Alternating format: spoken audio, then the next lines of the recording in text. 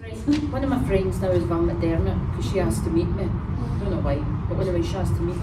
No, obviously, so I was into that. So I enjoy autobiographies. I like to read other people's stories.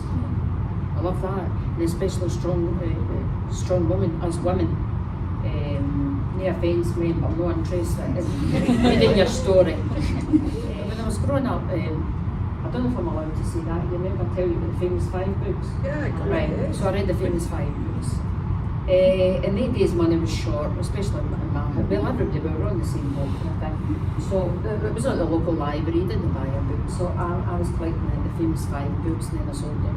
So, because I want a pair of fabber bits.